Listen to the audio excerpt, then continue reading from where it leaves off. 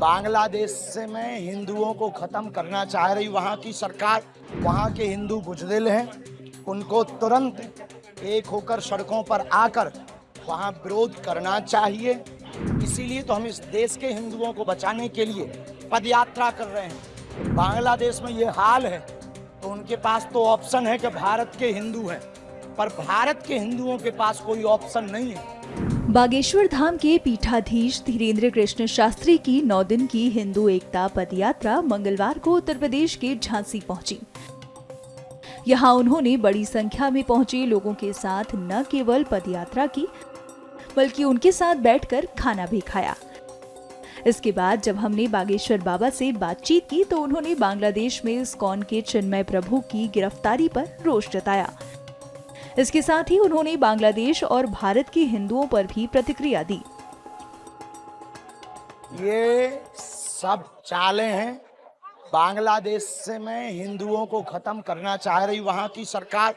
वहाँ के हिंदू बुज़दिल हैं, उनको तुरंत एक होकर सड़कों पर आकर वहाँ विरोध करना चाहिए और उनको तुरंत छुड़वाना चाहिए। और इस प्रकार का कृत्य करने वाली सरकार को मुंह तोड़ जवाब देना चाहिए। बांग्लादेश की सरकार को गलत है। वहाँ के हिंदू अगर कायर ना हो, बुज़दिल ना हो, हमारा वीडियो अगर उन तक पहुँचे, वहाँ के हिंदुओं को तुरंत एक होकर के अपनी ताकत दिखानी चाहिए, तभी काम चलेगा। इसीलिए तो हम इस देश के हिंदुओं को बचाने के लिए पदयात्रा कर रहे हैं। तो बांग्लादेश में ये हाल है तो उनके पास तो ऑप्शन है कि भारत के हिंदू हैं, पर भारत के हिंदुओं के पास कोई ऑप्शन नहीं है अगर इन पे हमले होंगे। बाबा जी, आपकी यात्रा है, ये एक हिंदुओं को एक करने की है, इसके बाद अंदर यात्रा चलती रहेगी क्या? पूरे देश में चलती रहेगी, हम रुकेंगे नहीं जब तक हिंदू एक नहीं होगा। राष्ट्र में अपनी संस्कृति, हमको इस देश में 100 करोड़ हिंदुओं में 1 करोड़ हिंदू वो चाहिए जो कट्टर हिंदू हैं। हमारा जो प्रपोजल है, हम आने वाले 1000 वर्षों तक इस देश के सनातन की रक्षा के लिए कार्य करके जाएंगे, अगर हमको मात्र 1 करोड़ कट्टर हिंदू मिल गए तो।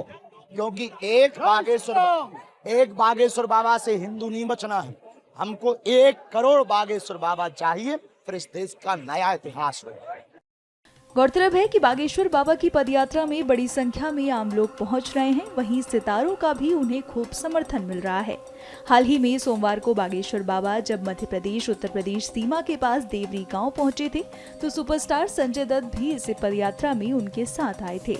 संजय दत्त और बाबा बागेश्वर को एक साथ बैठे चर्चा करते देखा गया था।